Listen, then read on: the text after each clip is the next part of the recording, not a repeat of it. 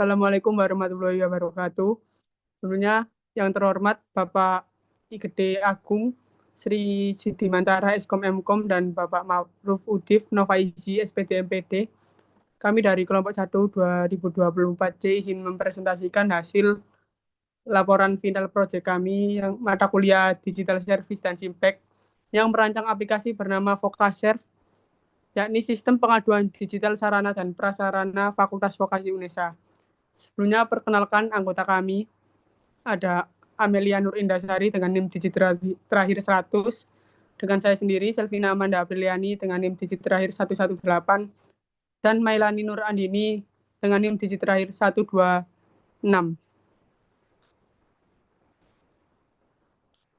Selanjutnya ke bab 1, perancangan sistem latar belakang. Yang melatar belakangi saya membuat sistem ini yakni berangkat dari masih banyaknya permasalahan sarana dan prasarana di Fakultas Vokasi UNESA yang belum tertangani secara optimal karena sistem pengaduan yang belum terorganisasi. Selama ini keluhan mahasiswa sering disampaikan secara informal, sehingga sulit dipantau dan ditindaklanjuti. Oleh karena itu, Vokashare dirancang sebagai sistem pengaduan digital yang memudahkan mahasiswa menyampaikan laporan secara terstruktur dan serta membantu pihak fakultas merespon secara lebih cepat dan transparan. Lalu ke manfaat teoritisnya sendiri, perancangan sistem pengaduan digital sarana dan prasarana ini dapat menambah pemahaman dalam bidang sistem informasi, terutama dalam penerapan teknologi untuk memudahkan pelaporan fasilitas kampus. Untuk manfaat praktisnya sendiri, bagi mahasiswa, sistem ini memudahkan mahasiswa dalam menyampaikan keluhan tentang sarana dan prasarana kampus secara cepat, jelas, dan terstruktur. Mahasiswa juga akan merasa lebih terdengar karena keluhan mereka tercatat dan ditindaklanjuti. Untuk Fakultas Vokasi sendiri, sistem ini membantu dalam menerima laporan secara real-time, memantau kondisi fasilitas kampus dengan lebih mudah, serta mempercepat pengambilan keputusan untuk perbaikan. Dengan adanya data yang jelas, proses evaluasi dan peningkatan fasilitas dapat dilakukan secara lebih terarah. Oke, next.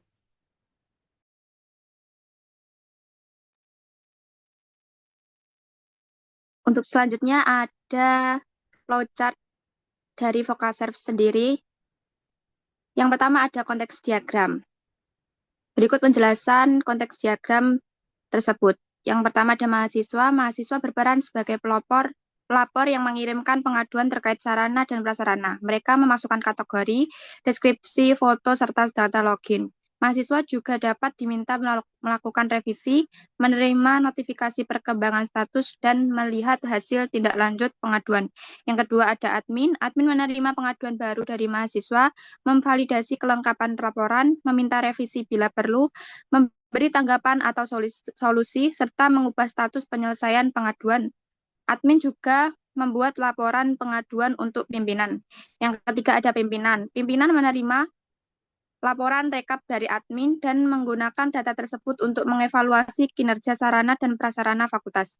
Dan yang selanjutnya ada flowchart yang memuat penjelasan sebagai berikut. Yang pertama, dimulai dari start, lalu mahasiswa atau admin melakukan login. Yang ketiga ada validasi data mahasiswa. Yang keempat ada halaman home yang menyesuaikan tampilan berdasarkan peran pengguna. Yang pertama ada alur mahasiswa. Yang pertama, formulir pengaduan. Mahasiswa mengisi form pengaduan yang berisi judul, lokasi, kategori, deskripsi, dan upload foto. Yang kedua ada mengirim pengaduan. Mahasiswa mengirimkan data pengaduan ke sistem. Yang ketiga, validasi kelengkapan pengaduan. Sistem atau admin memeriksa apakah data pengaduan sudah lengkap. Jika tidak lengkap, admin meminta perbaikan atau revisi dan mahasiswa kembali ke form pengaduan. Yang selanjutnya jika lengkap, pengaduan masuk ke tahap diproses. Yang keempat ada menunggu tanggapan. Mahasiswa menunggu proses penanganan dan tanggapan dari admin. Yang kelima ada notifikasi tanggapan. Sistem mengirimkan notifikasi kepada mahasiswa terkait hasil atau tanggapan pengaduan. Dan yang keenam, N. Selanjutnya ada alur admin. Yang pertama, admin dapat melihat pengaduan masuk, menerima notifikasi adanya pengaduan baru dari mahasiswa. Yang kedua ada validasi dan update status. Admin memeriksa pengaduan dan memperbarui status diterima, diproses, dan selesai. Dan yang ketiga memberikan tanggapan. Admin memberikan tanggapan atau solusi atas pengaduan mahasiswa. Yang keempat ada notifikasi ke mahasiswa. Dan yang kelima ada N. Selanjutnya akan dijelaskan oleh teman saya.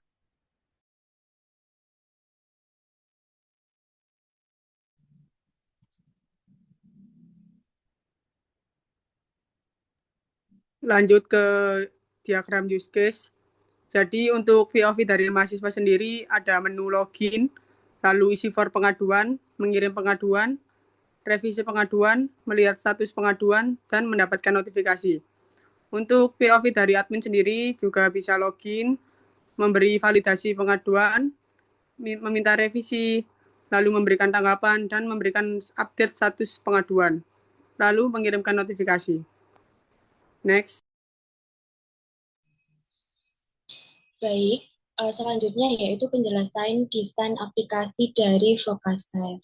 Kami memilih warna hijau toska sebagai warna utama dan dikombinasikan dengan hijau muda dan putih. Alasan kami memilih warna hijau karena memberikan kesan segar, aman, dan percaya, sedangkan warna putih itu memberikan kesan formal dan kontras. Untuk tipografi, kami menggunakan sans serif modern dengan karakter sederhana agar mudah dibaca pada layar mobile dan memberikan kesan profesional namun tetap ramah. Untuk tata letaknya, kami menggunakan single column layout dengan elemen utama ditempatkan di tengah agar pengguna fokus. Sementara untuk bottom navigation digunakan untuk memudahkan akses ke fitur utama. Untuk elemen visual, kami buat sederhana dan fungsional dengan ikon status yang konsisten dan button transit yang modern dengan penggunaan avatar untuk meningkatkan keterbacaan data. Untuk detail dari desain aplikasi Vocasave akan dijelaskan oleh rekan saya. Baik, untuk desainnya sendiri bisa dilihat untuk page yang pertama, yaitu ada halaman awal aplikasi Vocasave. Pada tampilan ini akan ditampilkan logo dari instansi, yakni Vokasi UNESA, serta nama aplikasi Vocasave sebagai identitas utama sistem. Halaman ini berfungsi sebagai pengantar sebelum pengguna masuk ke tahapan login. Next.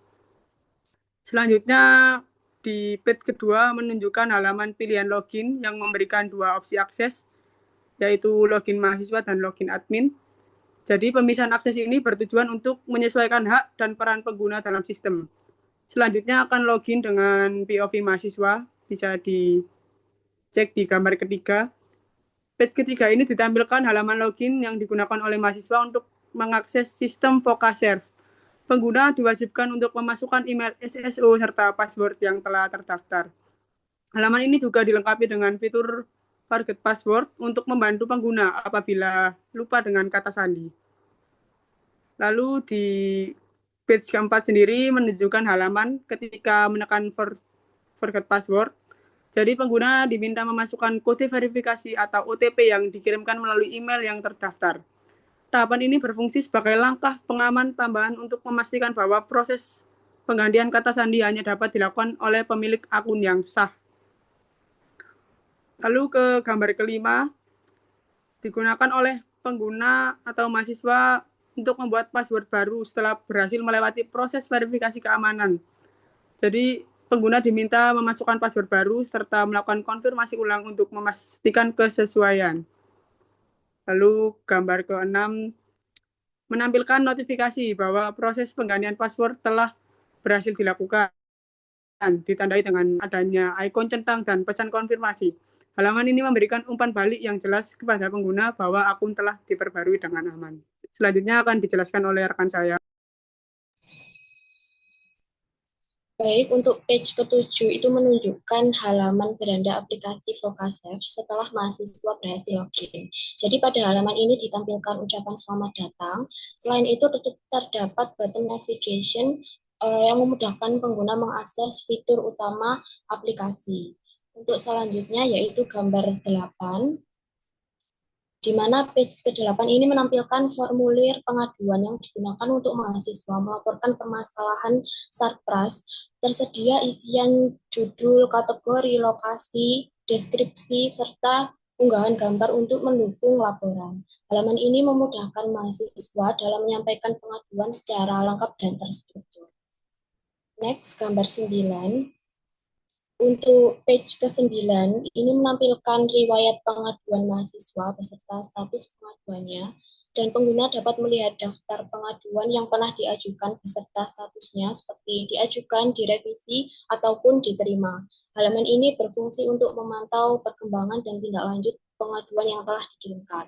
Untuk gambar 10, ini menampilkan notifikasi yang berisi informasi pembaruan status pengaduan. Jadi notifikasi ini memberikan pembaruan status pengaduan seperti laporan diterima, sedang diproses, ataupun telah selesai. Halaman ini membantu pengguna mendapatkan informasi terbaru tanpa harus membuka detail pengaduan secara manual. Next, gambar 11. Page ke-11 menampilkan profil pengguna yang berisi informasi identitas mahasiswa. Pada halaman ini tersedia menu edit profil, pengaduan saya, dan logout untuk mengelola akun pengguna. Next, gambar 12. Page ke-12 ini menampilkan formulir edit profil yang digunakan untuk memperbarui data akun, seperti nama pengguna, nomor telepon, dan alamat email. Perubahan data dapat disimpan melalui tombol pembaruan profil. Untuk penjelasan selanjutnya akan dijelaskan oleh rekan saya. Baik, untuk page ke-13 menampilkan beranda admin yang berisi ringkasan data pengaduan. Informasi ditampilkan dalam bentuk jumlah pengaduan berdasarkan status seperti total pengaduan, diterima, diproses, dan selesai untuk memudahkan pemantauan. Untuk selanjutnya, page ke-14 menampilkan total seluruh pengaduan yang masuk. Informasi disajikan dalam bentuk daftar berisi nama pelapor, judul pengaduan, dan status laporan. Admin dapat melihat kondisi pengaduan secara menyeluruh serta memperbarui status pengaduan dengan mudah. Page 15 menampilkan daftar pengaduan yang telah diterima. Tampilan ini membantu admin memantau laporan yang sudah masuk tahap penerimaan sebelum diproses lebih lanjut. Setiap pengaduan dilengkapi informasi singkat dan status yang jelas. Next, gambar ke-16 menampilkan pengaduan yang sedang diproses. Fitur ini memudahkan admin mengetahui laporan yang masih tahap penanganan sehingga proses tindak lanjut dapat dilakukan secara terkontrol dan terstruktur. Next, page ke-17 menampilkan daftar pengaduan yang sudah selesai. Informasi seperti nama pelapor, judul pengaduan, dan status ditampilkan secara jelas sehingga pengguna dapat mengetahui pengaduan yang telah ditangani.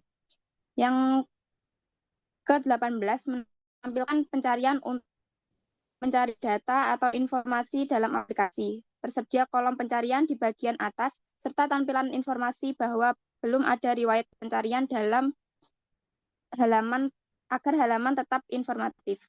Kemudian kendala dalam Figma untuk pengerjaan proyek akan dijelaskan oleh rekan saya. Baik, dalam pengerjaan proyek Simpek ini, kendala dalam menggunakan Figma, yaitu yang pertama, Figma memerlukan perangkat dengan spesifikasi yang cukup memadai agar dapat berjalan dengan lancar.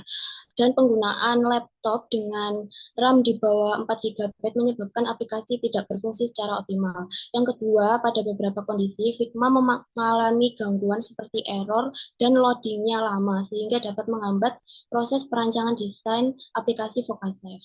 Yang ketiga, Figma hanya dapat digunakan dengan koneksi internet, sehingga cukup menguras kuota data. Yang keempat yaitu selama proses perancangan aplikasi Vocasave, pengguna Figma menghabiskan daya baterai laptop sehingga pengguna perlu menyiapkan charger. Yang kelima, kurangnya pengalaman dalam menggunakan Figma, termasuk pemahaman terhadap fitur-fiturnya sehingga mengharuskan pengguna untuk mempelajari dasar-dasar terlebih dahulu melalui YouTube. Yang keenam, yaitu dalam proses pengeditan, ketika memilih teks, bentuk, warna, dan elemen lainnya, terkadang harus memencet tombol berulang kali agar dapat tersalin. Sekian presentasi dari kelompok kami, kurang lebihnya kami mohon maaf. Saya sampaikan terima kasih. Wassalamualaikum warahmatullahi wabarakatuh.